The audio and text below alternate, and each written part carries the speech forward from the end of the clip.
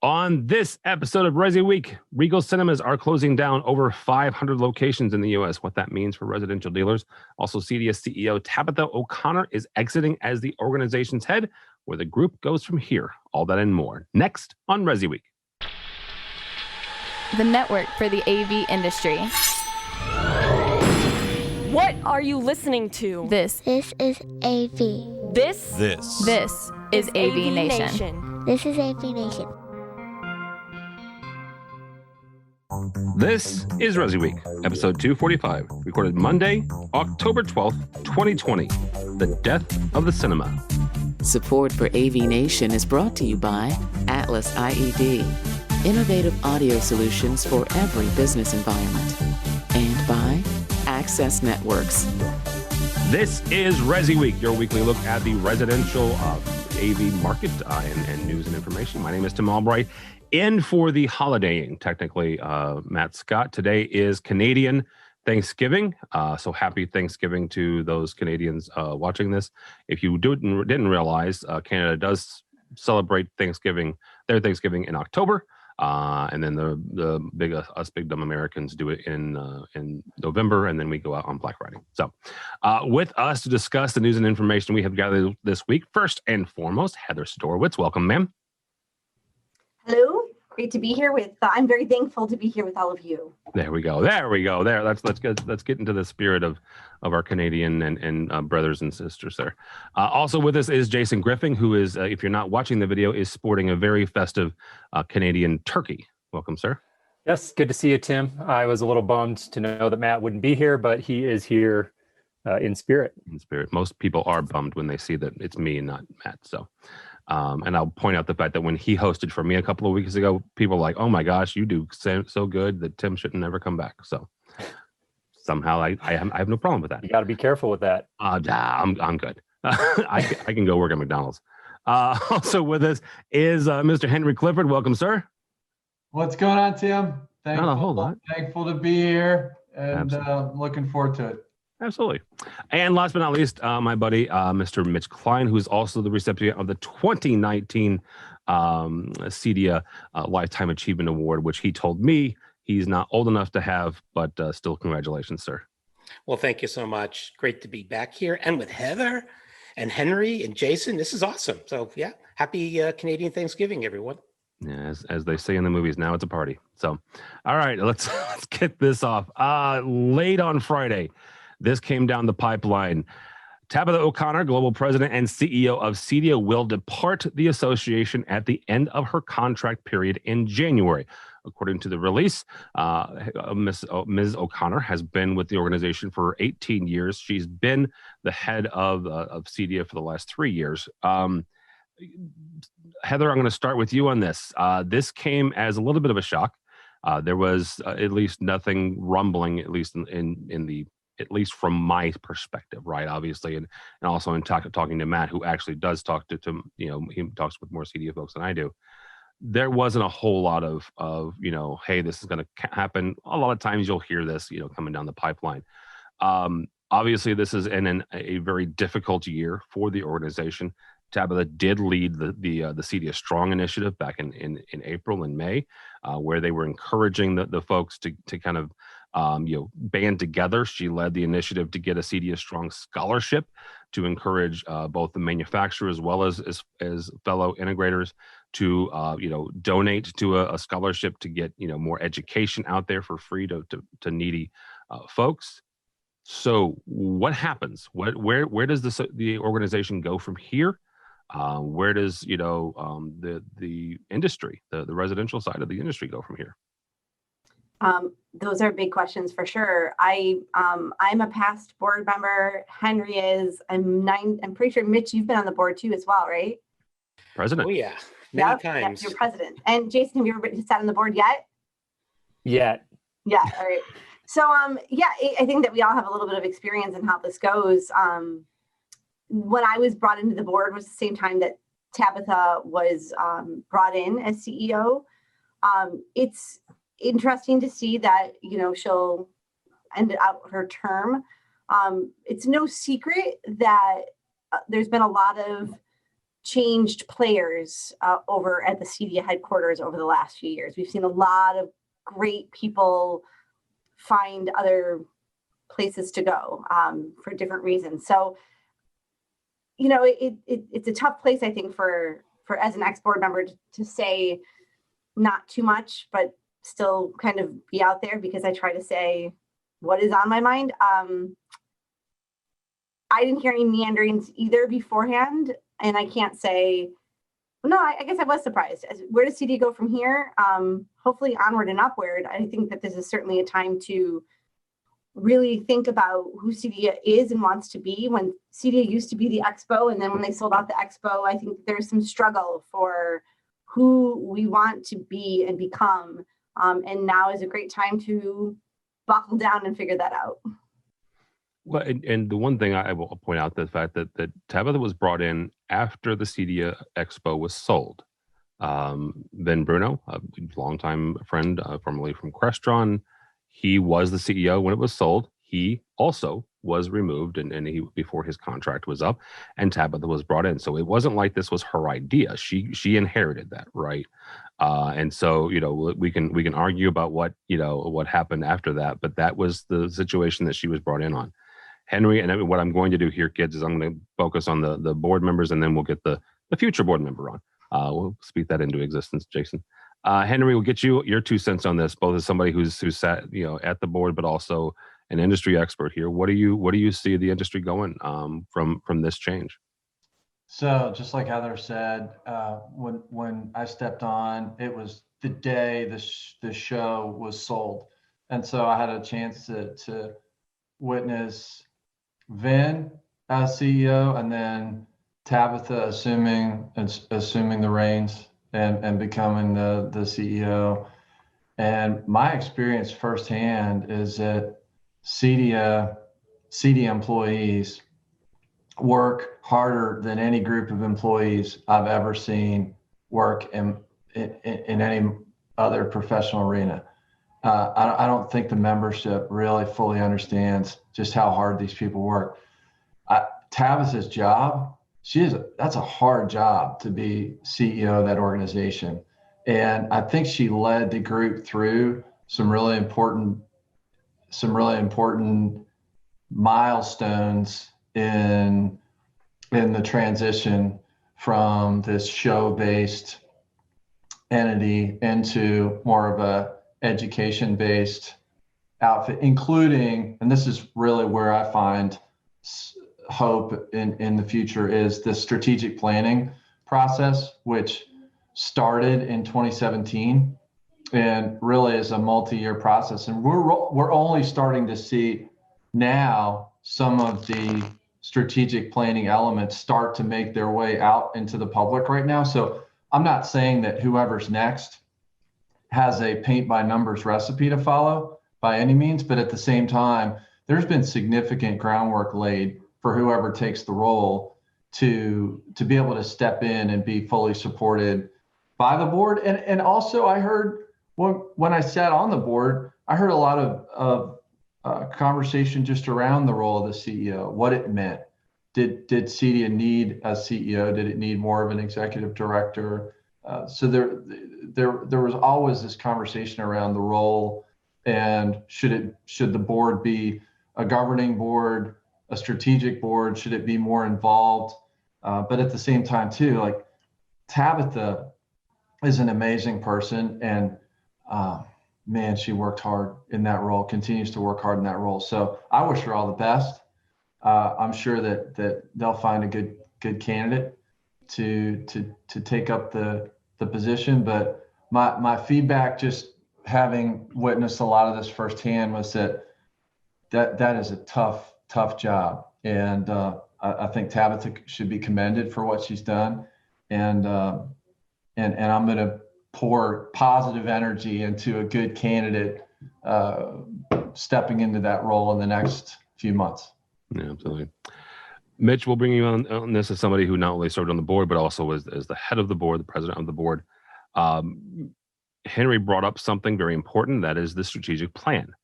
The strategic plan still has a year ish, right? They brought it out in 2018. Looking at 2021 ish is about where they're heading with that. A lot of that had to do with education, rightfully so, because at that point when they let it out, the expo had already been sold, so they had some other ways, other places that they could focus on. So you sitting where you're at, where do you see both the industry but also the organization heading? Well, the big topics you got right there. First of all, to the Tabitha thing, it's a very, very difficult transition for somebody to move from a very administrative role into a top leadership position. So that was just really tough for her right out of the gate. And I think I'll leave it at that. In terms of the strategic side of it and education, I ran education for quite a while. And the challenge that an organization is going to have to moving into an education profile is that, well, there's a lot of good free education out there. There are buying groups that actually kind of provide education now, several which actually copy some of the things that CEDIA does.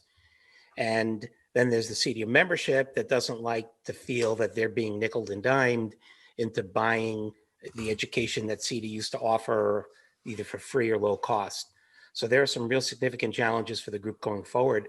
The good news is the quality of this stuff's really good. So that's never up in the air. And it's really going to be up to a new leader that's going to have to be an out-facing CEO as opposed to internal. When you talk about that type of leadership, you've got people to manage internally. You have volunteers on a board of directors to manage. You have a volunteer society of people with different committees, and you have to be an out-facing person. So it's a tough role, especially once you've spun off your primary resource, which was the show. Whether or not that was the right thing is moot at this point because you got what you got. Yep. And we'll see where it goes with education. A lot of work ahead. Well, education, but also one of the part of the initiative was standards as well as making sure that CEDIA, the name, the brand name, was out in the marketplace a little bit more. It's very similar to what AVIXA has been trying to do over the last 3 or 4 years under Mr. Labuscus, which is reaching out to other organizations, other trades, and getting the name out there as well. So. Yes. To jump in just on what Mitch said is I think that one of the things we have missed out on over the last few years is that excitement. What we do is super cool, right? We're not a bunch of accountants, no offense to accountants, who go to the shows, sorry, who go to the shows and who knows what you see at your expo, but what we see and do is really exciting.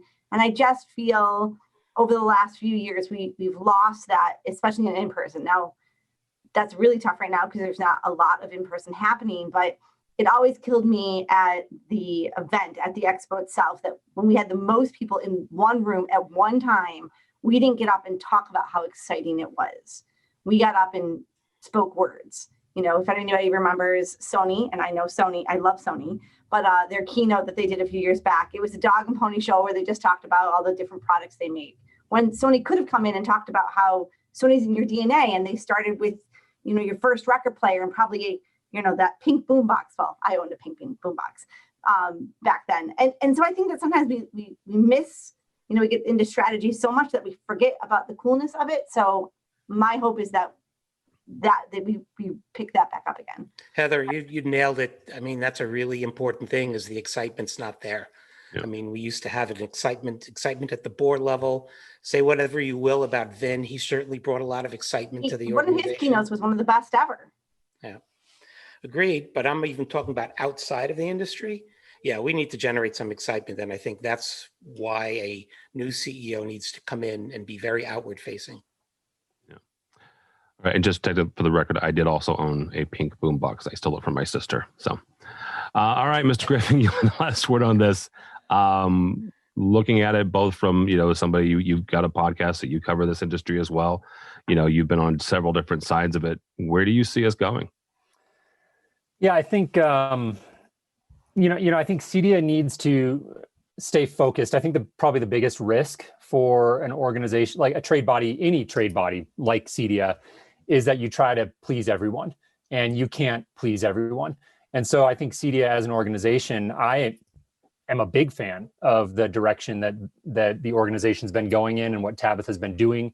the organization. In particular, I think the workforce development efforts are really interesting. You guys were just talking about sort of the excitement factor, and I've been a little bit perplexed by this, given we have this massive middle skills gap in America. This is not unique to our trade. Plumbers, electricians, tradesmen of all sorts are struggling with this. But when you put home technology up against some of those other trades, it really does have an edge, I think, in terms of the cool factor.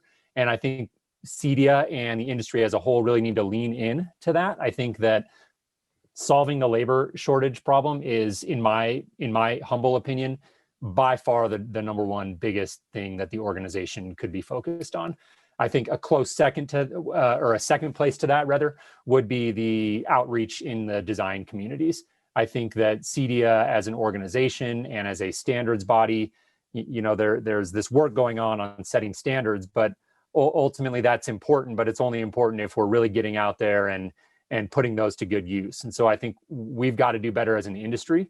We've got to do better as a trade body at getting our name out there to the design and architecture communities and really establishing that CEDIA brand as a strong foothold in those communities. So, nothing new here. I think CEDIA is going in the right direction. I was personally very surprised to hear that Tabitha was stepping down, again, because I feel like what Henry alluded to, this has been a long time in the making. This was part of a 3-year plan. And when I look at CEDIA, I feel like things are starting to materialize. And the best things in business usually take a long time. They're not the quick hits that really make a difference. So I wish Tabitha the best. I don't know her personally, but I've heard nothing but great things.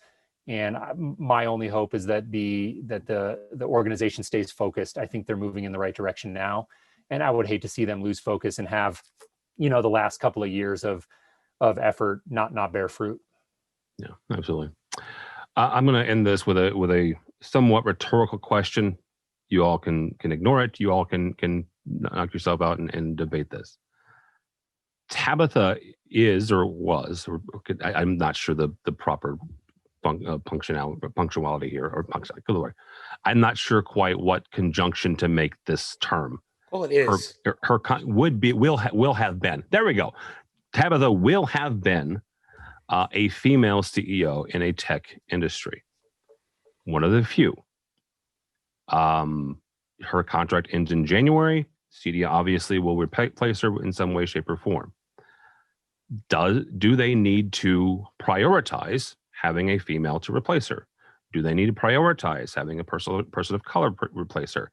In the era of making sure that we have equity and we have representation across the board, I find it interesting and a little unfortunate that she had, according to everybody that I've talked to, was doing a relatively good job. Again, considering the fact that when she walked into the job, they had just sold their show, and now we're faced with removing the head of an organization that is also a female representation.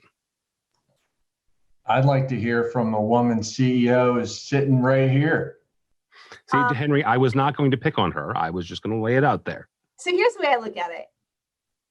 I think that it's a double-edged sword. One is, I don't want to win in a sandbox with other women. I want to win against a sandbox with everybody. So the way I look at it is, so there's a double-edged sword between not wanting special treatment, but then the other side of that is there is still some old boys clubs that exist out there. So there are some rules that have been created to help women or people of color break into that. And so it's unfortunate that is needed. When people say like, oh, how can we get more women in technology? You can hire them. I mean, it's a really easy answer. Maybe they didn't know that technology was an answer or a career move, but you can certainly talk to someone that could be a waitress. It could be someone that it could be out in your outer circle who you just know has that right pizzazz. And you can say to them, hey, have you ever thought of a career over here? Come play. And I've done that more than once, and it's been quite successful. I think you make a difference by actually by making a difference. So do I think that it has to be replaced with another female? No. But do I think that any female should be considered as much as any male or person of color? Absolutely. I I think that you need on both a board, which is why I was on the board. No woman had been on the board since the 1990s at that point. I put my money where my mouth was of I could complain about it or it could be a change, be part of the change. And when I left, more were on there, which is great because we look at things differently. We just have different perspectives. So any board that doesn't have diversity is failing because you don't have that difference of opinion. You don't look at things, you look at things differently and then create a better ecosystem overall. All right. Yeah, I'd like to point out that CEDIA's primary successes over the years was due to a female leader. Billy Lynn Keller, who was the executive director, really took us where we were going and controlled the board. I should say kept the board focused, not controlled, okay? So we already have that. We've got women on the board now. I agree with Heather. We hire the right person. Hopefully there are some women who will step up or not. But I also work for a company called Silicon Labs, and there's a lot of female leadership going on in the tech industry. So there's more than you might think. And then again, there's not enough. So yeah, let's just see where the chips lie. Okay.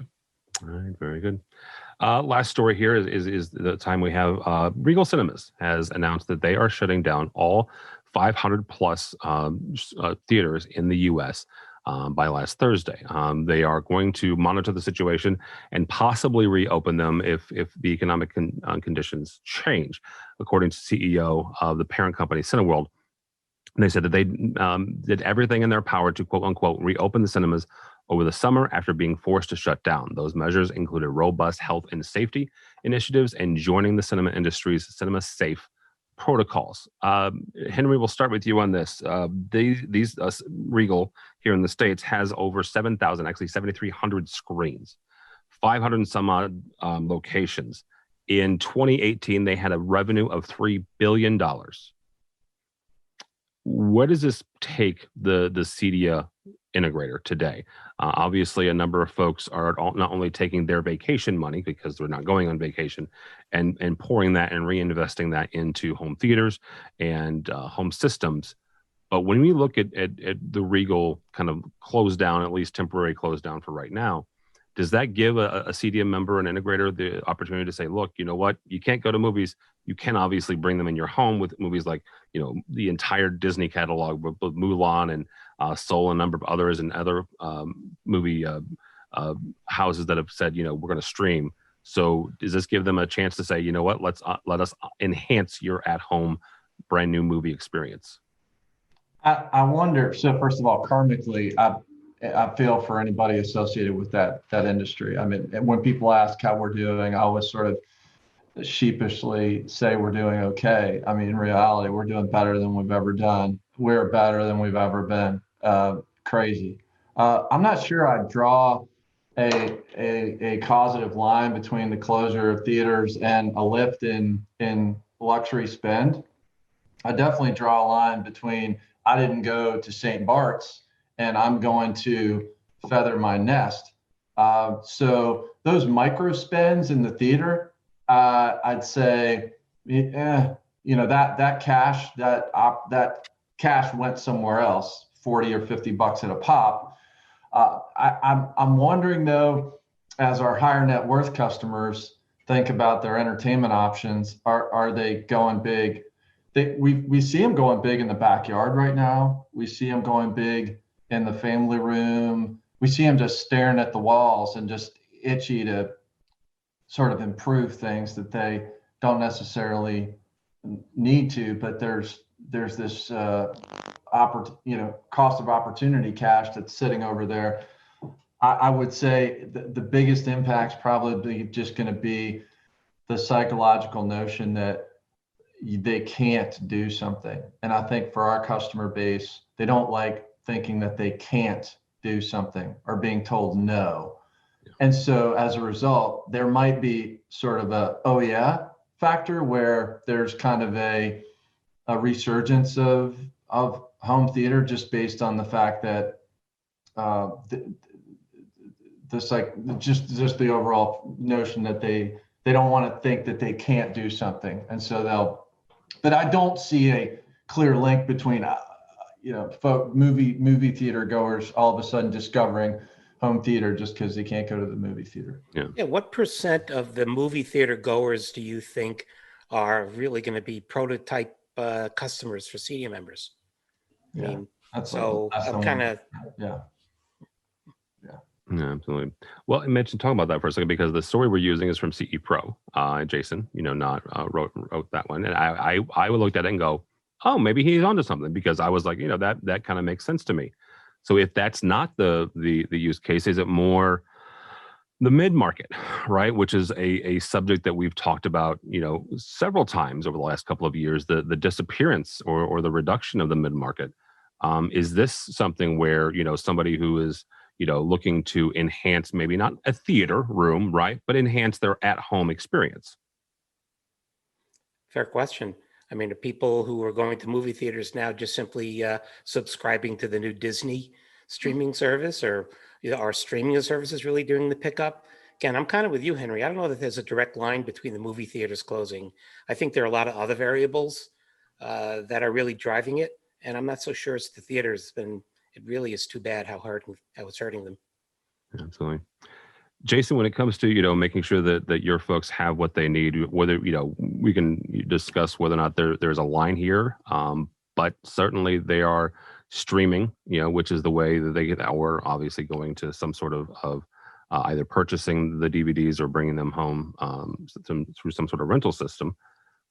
How are we making sure that they're having the best quality experience when they get there, regardless of whether it's a luxury or it's mid-market here? Yeah, I agree with the general sentiment so far that there may not be a straight line between this and luxury theater, certainly, but I do think that these are all complex systems, right? And I do think these two are somehow related. And specifically what I mean is, I just wonder if the movie theater as we know it is dead. I think that the long-term prospects for theaters, and we've seen this trend for a long time, the more boutique theaters where you can get a drink and a nice dinner and it's much smaller, comfortable chairs. Like I see a future for those.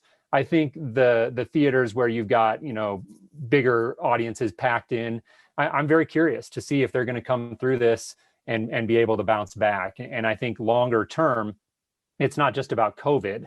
There are so many entertainment options. I mean, you look at what's going on in gaming right now with the younger generations and Fortnite and these sorts of immersive realities. And just like, is the idea of going to a theater in 5, 10, 20 years going to be the same as it is today? I doubt it.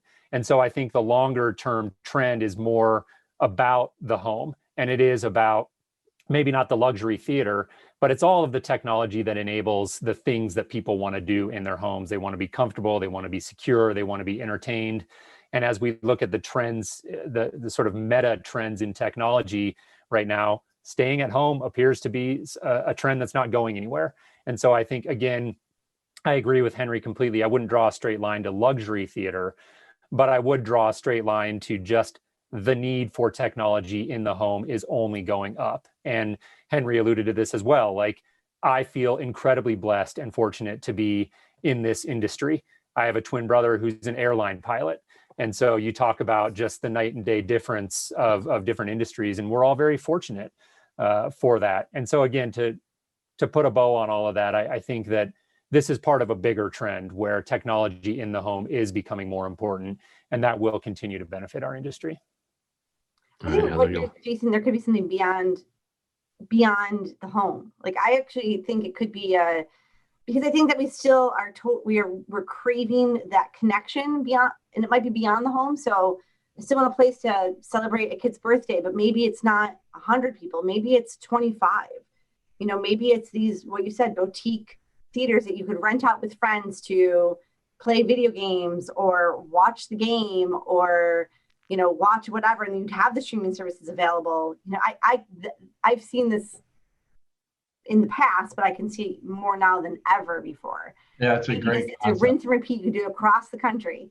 Yeah. Have a cleaning company come in between one group and another, because we're all allowed, even in New York, allowed to have our tribes. We're just not allowed to have too many, and nobody wants to go to a movie theater and wear a mask for 2.5 hours. So if I'm in with my tribe and I can rent that out, I think there could be something there. All right. That'll be a good place to stop it. Thank you all so much. Mr. Jason Griffin, thank you, sir. How do people get a hold of you? HomeTech.fm is our weekly home technology podcast you alluded to, and I work over at One Vision Resources. We help integrators with their service and support challenges, and so if anyone's interested in that, you can check out onevisionresources.com. All right, very good. And you also listen to him, Jason, and Joey, both from One Vision, on our AV Profession podcast, looking at the business of AV, and both of them did a fantastic job. So I actually need to get them back on. So, Mr. Klein, thank you, sir. My pleasure. Glad to be back again, and I would agree that Jason and Joey do a great job. So again, glad to have you here. Just reach out to me, mitch@zwavealliance.org. All right, that'll work. Mr. Clifford, thank you, sir. It's kind of odd if you don't know Mitch and Henry. It's like going from, because Mitch is about my height and Henry's like 20 feet tall. So go ahead, Mr. Clifford. Yeah, it's just the shoes. It's all about the shoes stuff. No, great to be with you. Thanks again. We're on the interwebs at Get Livewire and also at Get Parasol. And my email is henry@getlivewire.com, and love talking with you guys. And thanks again for having me. Absolutely. Thank you, sir. And last but not least, Heather Sidorowicz. Thank you, ma'am. I think I'm most fun probably on Twitter, which is tech, TECH_chi, CHI, as in a balance between life and technology.